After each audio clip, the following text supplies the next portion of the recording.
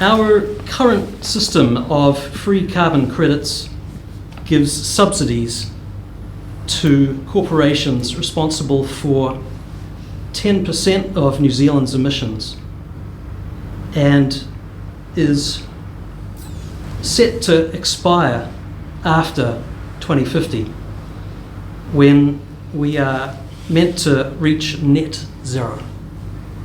Not gross zero, net zero. And not from 1800, but from much more recently, like very recently. Do you think that it's okay to be subsidising our worst greenhouse gas polluters during a climate crisis? And will your party commit to getting rid of free carbon credits by 2030, not the false target far too far away of 2050? Thank you. Would you like more clarity on that question? Yes, just the first bit, especially around the subsidy. Are you talking specifically about the Greens payment? What are you referring to there? Sorry. ETS. Yeah, the emission trading scheme. But more specifically within, yeah, okay. We have, look, I also want to acknowledge it's heartbreaking what happened in Libya. This is only going to get worse. The Libyan crisis is quite visible because it's such a big scale, but actually throughout Africa, drought is killing millions of livestock, affecting lives.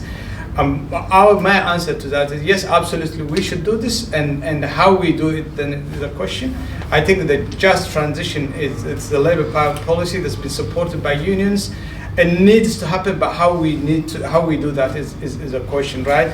We don't want to do rash things that potentially could shock the economy, and then end up, with a lot of job losses, and that's going to hurt communities and families. But we need to be taking money from polluters.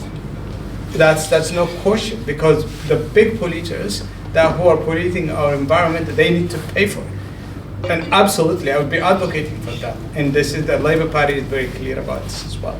Thank you. Talia?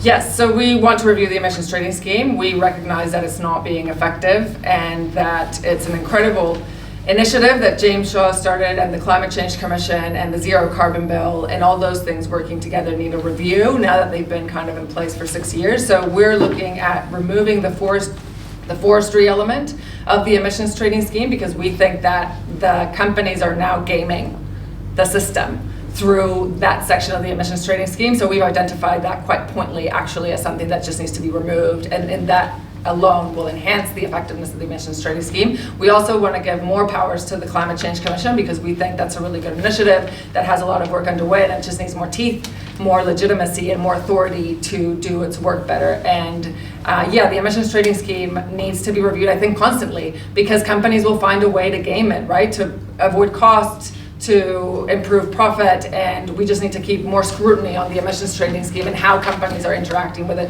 through the Climate Change Commission. So we see hopefully all of that working together. Thank you.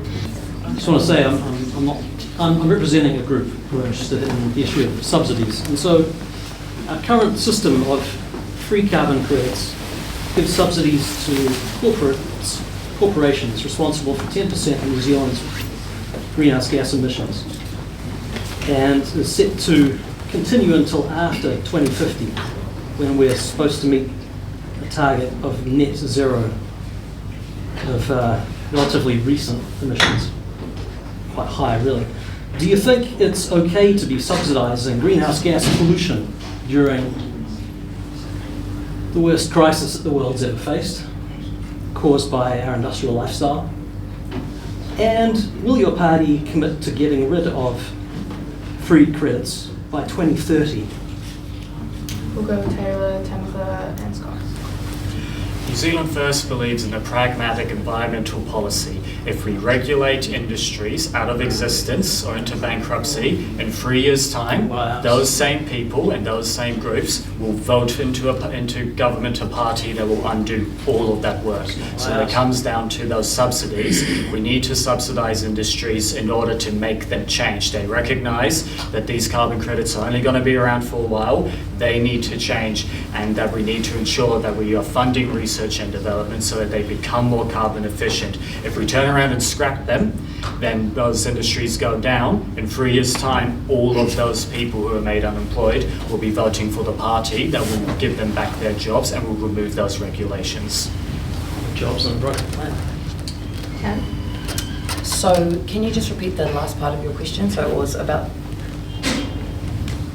sorry, it was just quite a long question. Yeah. So Yeah, we a party commits to getting rid of carbon credits, free carbon credits, subsidies by 2030.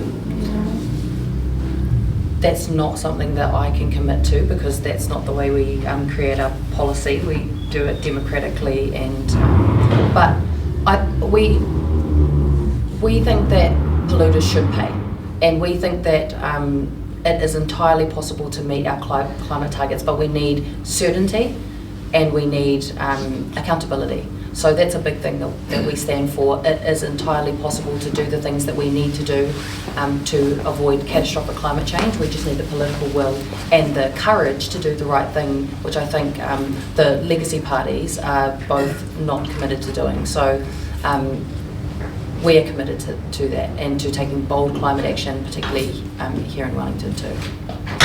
Scott? So for national, the answer to your question about carbon credits 23 to 30, the answer is no.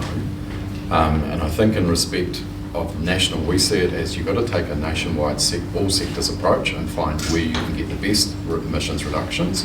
But you can also do it in a way without destroying our economy, which will take away taxes for public services. I don't support what the Labour Greens government did in terms of giving $200 million to the Australian Steel Company to do what was basically a demand side measure, when actually what we need to be focusing on is supply of renewable energy, not the demand. Because if you stand up that arc steel furnace in 6 months' time, you're just going to burn a lot of dirty Indonesian coal at Huntley.